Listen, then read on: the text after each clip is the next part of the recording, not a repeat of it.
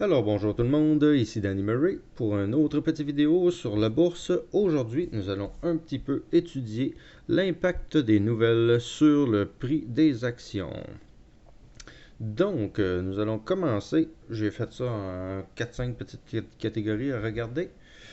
Évidemment, les catégories que je pourrais les soumettre, c'est les vraies nouvelles, les achats de compagnie et tout ça. Il y aurait la deuxième section qu'on pourrait appeler les résultats financiers. Ensuite de ça, une autre section que ce serait les contrats. Et la dernière section est la plus importante, les fake news et les médias payés. Donc, c'est tout dans la catégorie où est-ce qu'on va analyser ça tout de suite à l'instant. Je vais essayer de faire ça court quand même, puisque je ne ferai pas une vidéo de une demi-heure là-dessus et tout ça, puisque je veux probablement faire plusieurs autres petites vidéos pour montrer des situations exactes à certains moments. Donc, je vais vous montrer ça. On va commencer avec le numéro un, les vraies nouvelles. Les vraies nouvelles, c'est ce qu'on considère des vraies nouvelles, que Microsoft a acheté une compagnie X et tout ça, la compagnie va se mettre à monter. Et à partir de là, c'est un petit peu un game changer qu'on appelle en anglais, quelque chose qui fait changer l'idée de l'action au complet. L'action valait rien et tout ça, puis tout d'un coup, Google s'y met, achète ça et ça se met à monter et il n'y a plus de limite pour le prix d'action puisque Google vient de se mettre là-dedans. Et on ne sait pas à quel point ils vont investir et faire grossir cette business-là. Donc ça, c'est des vraies grosses nouvelles à prendre en considération, c'est certain. Si on pogne ça le premier jour, on risque de faire de l'argent à long terme. Et évidemment, si on prend ça à plus long terme, c'est pas pareil. Mais à court terme, quand la nouvelle sort, c'est des grosses nouvelles et ça peut faire des hausses complètement incroyables pendant plusieurs jours et plusieurs semaines. Il y a aussi, par exemple, des nouvelles sur les faillites, ce qui peut aussi changer le cours de l'action. Et c'est ce que j'appelle des vraies nouvelles. On n'y est pas avec la POC. On dit les vraies choses, c'est des vraies nouvelles, et ça explose d'un côté ou de l'autre. Ça finit là. C'est pour la catégorie numéro un, je vous dirais. La deuxième section, c'est la section des résultats financiers. Les résultats financiers, eux, évidemment, si on prend une grosse compagnie, c'est pas un penny stock, mais c'est Google, puis cette année, ils font 100 milliards, puis l'année prochaine, ils vont faire 105 milliards, puis l'année d'après, ils vont faire 110 milliards. On sait à quoi s'attendre, les milliards augmentent, et tant que ça augmente, le cours de l'action devrait aussi augmenter avec ça. Donc, c'est des petits résultats financiers standards qui ne changent pas grand-chose au cours de l'action, à part que ça vous donne un petit peu la direction. Euh, il va y avoir aussi les résultats financiers qui sont des game changers, encore une fois, qui changent la donne complètement sur l'action. La compagnie perdait de l'argent et tout d'un coup, boum, on fait 1 million cette année, puis on prévoit en faire 2, puis 3, puis tout ça. Ça peut être aussi quelque chose qui donne des résultats à très long terme qui sont exceptionnels, qui changent la donne. L'action a valu 20 cents, 20 sous pendant environ 5 ans, puis tout d'un coup, on sort de cette braquette-là et l'action se met à monter, la compagnie se met à monter aussi, et offre de plus en plus de produits, devient un Google, donc il n'y a pas de limite. Donc, les résultats financiers, quand ils ont un gros changement majeur, peuvent donner des gros résultats majeurs aussi. Évidemment, il faut que ça change la situation financière complètement. Si par exemple, je prends Siri, qui est une grosse compagnie et tout ça, c'est tellement gros que quand ils doivent des sous qui sont endettés, c'est à coût de milliards et de milliards. Et quand même que leur résultat financier leur donnerait 50 millions cette année, sont dans le trou de 50 milliards et ils patcheront pas ce trou-là avant des années. Donc, c'est pas ça qui va changer la donne vraiment sur cette action-là. Mais il y a certaines compagnies que eux ont jamais vraiment fait de profit ou font un gros bon côté profit. Ils faisaient 1 million et là aujourd'hui ils en font 5 ou 10 millions. Ça peut changer la donne aussi. Donc c'était la section résultats financiers, les résultats que ça donne. Après ça, on a les contrats. Les contrats, ça peut être des contrats très majeurs, comme ça peut être des contrats mineurs qui continuent à faire rouler le business normalement. Donc, il ne faut pas se laisser prendre si la compagnie vaut 5 millions et qu'ils ont un contrat de 500 000. Bon, ils doivent en avoir 10 par année pour continuer sur un certain rythme et tout ça. Donc, il n'y a rien qui va changer rien là-dedans. Mais si, par exemple, la NASA décide de faire affaire avec cette compagnie-là et leur signe un contrat de 25 ans béton sur, je ne sais pas pour combien en argent, ça peut changer la donne aussi pour une compagnie. Donc, cette compagnie-là, quand même qu'elle jump la première semaine, elle peut jumper encore pendant des semaines et des mois et des années à la limite, tout dépendant qu'est-ce qui va venir par la suite pour eux. Donc, des contrats, ça ne change pas grand-chose, à part que ce soit un contrat qui change la donne. Ensuite de ça, nous allons regarder les fake news. Les fake news, eux, c'est les classiques, je vous dirais. C'est ceux qu'on utilise le plus, je vous dirais, pour faire de l'argent et comprendre exactement ce qui se passe sur le marché. Puisque, par exemple, on va se poser des questions simples et claires. On voit ici un graphique. C'est le graphique de Groupon, GRPN. Je me rappelle ce jour-là où on était à plus 50 ou je sais pas combien de pourcents. Puis que ça montait, que ça montait, que ça montait, que ça n'arrêtait plus. Évidemment, ici, Oprah Winfrey venait de déclarer qu'elle détenait 10 ou 15% de la compagnie et tout ça. Évidemment, Oprah Winfrey, elle, a acheté probablement partout dans cette section-là. Et a probablement acheté partout dans cette section-là. Quand elle arrive là, elle annonce son chose. Et ici, elle est déjà rendue à plus 100%. Et elle commence à vendre, et elle vend, elle vend, elle vend, elle vend, elle vend, elle vend, elle vend, elle vend, elle vend, elle vend. On s'entend, Oprah Winfrey a fait beaucoup de sous pendant ces semaines-là. Mais posez-vous la question fondamentale. Oprah Winfrey vient d'acheter 10% de la compagnie. Et alors? C'est une transaction comme un autre. Elle n'a pas dit qu'elle allait s'impliquer au sein de cette compagnie-là. Elle a juste acheté des actions. Ça ne changera absolument rien. Je l'ai vu maintes et maintes fois, cette technique-là, par les gros gérants de fonds et tout ça, que là, il faut qu'ils déclarent leurs achats et tout ça. Puis quand ils déclarent, là, évidemment, là, tout le monde s'excite et tout ça. C'est des nouvelles qui valent rien. Ça ne vaut rien. La compagnie n'a rien changé, ils font pas plus de profit, il ne se passe rien.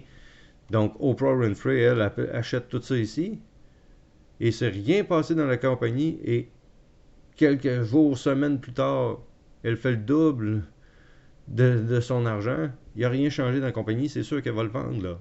Elle n'est pas folle, elle non plus, là. C'est beaucoup de sous, là, 10% d'une compagnie ou quelque chose comme ça. Mais regardez le résultat au bout de la ligne, qu'est-ce que ça va donner. Oups, j'ai fait une petite erreur. Ok, Oprah Winfrey arrive et nous annonce tout ça. Regardez ce que ça va donner à long terme. C'est des fausses nouvelles. Ça vaut rien comme nouvelle. On revient sur le plancher des vaches, comme on pourrait appeler. Et tout le cours du prix de l'action va redescendre approximatif où ce qu'il était au départ. Mais où il était au départ, ça ne veut pas dire que c'est pas un bon point d'achat. Elle avait raison probablement les premiers jours qu'elle commence à acheter en se disant c'est un bon prix à ce prix-là, ça va monter, c'est certain et tout ça. Mais évidemment, en annonçant la nouvelle, tout ce qu'elle voulait ou qu'elle espérait que l'action monte et tout ça, c'est fait dans d'une semaine ou 2 semaines et elle a probablement closé la situation avec ça. Je vais vous montrer un autre type de nouvelle que je suis tombé dessus tantôt. J'ai essayé de trouver le stock que un de nos abonnés nous a indiqué tout à l'heure. C'était ip.cn. Je ne l'ai pas trouvé. Je n'ai pas trouvé les nouvelles associées à ce stock-là. Donc, je ne le sais pas. Mais en cherchant ça, je suis tombé là-dessus. Évidemment, Valent Share Fall After Ackman Exit Company Challenge. Ackman, ça fait longtemps que je le suis. À toutes les fois qu'il déclare quelque chose, ça va dans la direction de la déclaration. Donc, j'ai vendu mes actions, ça va pas bien, on se met à crasher. Mais tout ça, on voit ici, là, le graphique. Bon, descendu de pas tant que ça quand même, mais il se met à remonter. Il se met à remonter toute la journée puisque c'est une fausse nouvelle. Je m'excuse, mais on n'en a rien à cirer de ce que M. Ackman a à faire de ses actions, qu'il les vende ou pas, ça n'a rien changé à la compagnie aujourd'hui. Il a juste vendu ses actions pendant les dernières semaines et les suiveurs qui regardent les gros et qui suivent les gros, comme les Warren Buffett. Ah, Buffett a acheté ça, je vais en acheter. Non, non, non. Warren Buffett sait ce qu'il fait. Les suiveurs ne savent pas ce qu'ils font. Donc, être conscient de tout ça, c'est le style de fausses nouvelles qui vont toujours redescendre au plancher. Ackman, je l'ai vu sur d'autres stocks aussi, qui disaient qu'il avait acheté 10%. Le jour même, ça montait, ça montait, ça montait. Avant qu'en mi-journée, à peu près, ça se mette à descendre, descendre, descendre, descendre, et que ça arrête plus de descendre, puisque la nouvelle qu'il venait d'annoncer valait absolument rien. Et tout le monde se demande comment ça descend et tout ça. C'est comme ça. C'était trop évident. Je l'ai même utilisé pour faire beaucoup de sous sur Fannie Mae et Freddie Mac. Et c'est toujours le même mécanisme. Les gens jump sur l'action juste parce que une grosse compagnie en a acheté des tonnes et tout ça. Et ils se disent que les gros devraient avoir raison. Et c'est pas le cas du tout, puisque les Ackman, ça fait 3 ans qu'il perd dans son fonds et on parle de 10, 15, 20, 25%. Pendant 3 ans de temps, le fonds, ils font. C'est le cas de le dire. Donc, c'était ça. Il faut aussi comprendre dans les fake news que les médias sont tous payés. Tous les médias sont payés pour dire ce qu'ils ont à dire. Donc, si moi j'ai 10 millions d'actions à vendre, c'est certain que demain matin, je vais demander aux médias d'aller dire des choses dans ma direction. Puis, on en arrive au bout de la ligne que l'action fait toujours le contraire de ce qu'on pense. Donc, comme je disais, les médias payés, eux, sont vraiment là pour toujours nous faire croire le contraire de ce qui se passe et tout ça. Donc, j'ai appris vraiment avec le temps, et c'est même pas une blague que je vous fais en tant que telle, d'utiliser les nouvelles, mais vraiment à l'opposé. Ils me disent que c'est bon. S'ils me disent que c'est bon, c'est parce que quelqu'un leur a demandé et que cette personne-là est en train de vendre ses actions. Donc, si cette personne-là est en train de vendre ses actions, pendant que ça monte, il vend ses actions. Donc, à partir de là, lui, il est capable de vider ses actions, de ne plus avoir rien avant la baisse et probablement les mauvaises nouvelles qui viendront par après pour faire crasher le titre, pour qu'après ça, il puisse racheter à rabais et tout ça. C'est vraiment une méthode classique d'affaires des market makers. Donc, c'est à pas négliger que des millionnaires et des milliardaires, c'est pas très difficile d'aller voir un petit gars qui fait des petites entrevues à 150 000 par année pour un réseau de télé, puis lui donner un petit 50 000 pour rajouter un petit peu de gras dans son article et d'en mettre un petit peu plus qu'il faut pour pouvoir l'aider à vendre ses choses et tout ça. Il peut même inspirer l'article avec 50 000 L'article n'aurait pas dû exister, mais un petit 50 000 peut peut-être aider à la création d'un article qui irait en ma faveur. Donc, à ne pas négliger, regardez les nouvelles, mais pensez inverse. En partant, pensez inverse, et vous allez déjà avoir plus raison que si vous pensez la nouvelle est bonne. Les nouvelles sont là pour une raison. Il y a tellement d'argent dans ce domaine-là. Pensez surtout pas que les médias sont pas payés pour faire ce qu'ils ont à faire. Il y en a qui sont certainement pires que d'autres, évidemment. Il y en a peut-être qui essayent de faire du bon travail, mais à travers tout ça, la corruption fait rage. Donc, c'est à prendre en considération. Moi, toutes les fois que je vois Ackman acheter telle compagnie, je sais que ça va monter et que ça va redescendre presque tout de suite après. C'est un classique pur et simple. Et ça arrive dans toutes les situations, avec tous les gros gérants de fonds, les Warren Buffett, peu importe quelle grosse vedette et tout ça. Donc, pensez, les fausses nouvelles, c'est vraiment tout le reste de la scrap, à part les vraies nouvelles, comme je disais tantôt, des achats de compagnie, des résultats financiers qui changent la donne, des contrats qui vont changer la donne et tout ça. Sinon, le reste, ça reste nébuleux un peu. On ne sait pas trop vers où ça va aller. Mais, dernier petit point pour vous aider à savoir par où ça va aller, c'est que les penny stocks, c'est des penny stocks. Moi, je transige des penny stocks. Évidemment, je ne parle pas de Microsoft, je ne parle pas de Twitter, je ne parle pas de grosses places comme ça. Je parle de penny stock. Les penny stocks, on va se dire les vraies choses, en général, c'est de la scrap. Ça ne vaut rien et ça ne vaudra jamais rien. Quel beau produit utile pour manipuler le marché et faire des millions avec quelque chose qui est facile à manipuler, des penny stocks. Des penny stocks, c'est pas compliqué, je vous dirais à 99,9% des penny stocks, ils partent de 5 sous, vont monter à 1$, dans 5 ans, ils vont être à 5 sous. Peu importe ce qui va se passer, ils sont extrêmement rares les actions qui vont subir des grosses hausses et garder une grosse hausse. Les hausses sont toujours là pour redescendre. C'est des pump and dump, souvent, pour une action qu'on ne connaît pas, qu'on ne sait pas ce qu'ils font, et même s'ils auraient des beaux projets, les beaux projets, ça reste des oui-dire, des choses qu'on voit sur Internet et tout ça, mais avant de voir le produit en vrai, voir des vraies vidéos, voir des vraies choses qui se passent avec ça, souvent, c'est très long. Souvent, ça va être carrément d'un cabanon en arrière de la maison du monsieur qui est en train de faire justement une fraude en introduisant une fausse compagnie sur les pink sheets pour évidemment ramasser beaucoup de sous. Évidemment, on peut avoir d'autres personnes qui se disent le prix versus l'action versus ce que c'est, tout ça, excellent potentiel pour faire du pump and dump.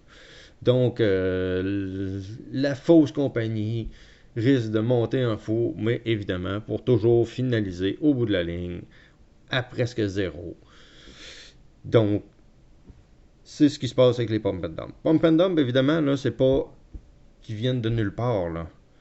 Les pump and dump, ils ont des promotions avec des, je ne sais pas comment appeler ça, mais des promoteurs qui envoient des emails à des milliers de personnes en disant que cette action-là va doubler, tripler, quadrupler dans les prochaines semaines. Il faut acheter tout de suite et tout ça. Évidemment, ils n'enverront jamais ces emails-là avant d'avoir complété leur position. Ils vont avoir des positions de fous dans certains stocks et ils vont commencer à dire des faussetés sur ce stock. Et surtout que si, par exemple, on voit dans le bas du email où c'est marqué la compagnie a payé 500 000 pour pouvoir faire cette promotion-là, ou que ce soit 25 000 ou 100 000 ou 500 000 ou 1 million, souvent dans le disclaimer en bas, ils disclaiment que la compagnie a payé, mais la compagnie ne peut pas payer, la compagnie vaut rien. La compagnie n'a pas 25 000 à dépenser là-dessus, encore moins 100 000 et encore moins 500 000 pour faire de la promotion par email.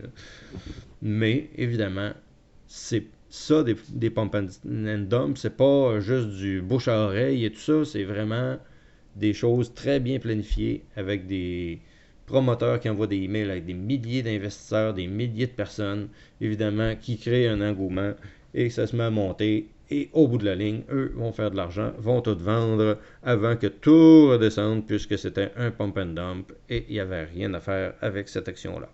Donc, il faut garder ça dans l'optique quand on transige à la bourse, surtout des pink sheets et tout ça. Mettez-vous en tête que ce sont absolument toutes des pump and dump.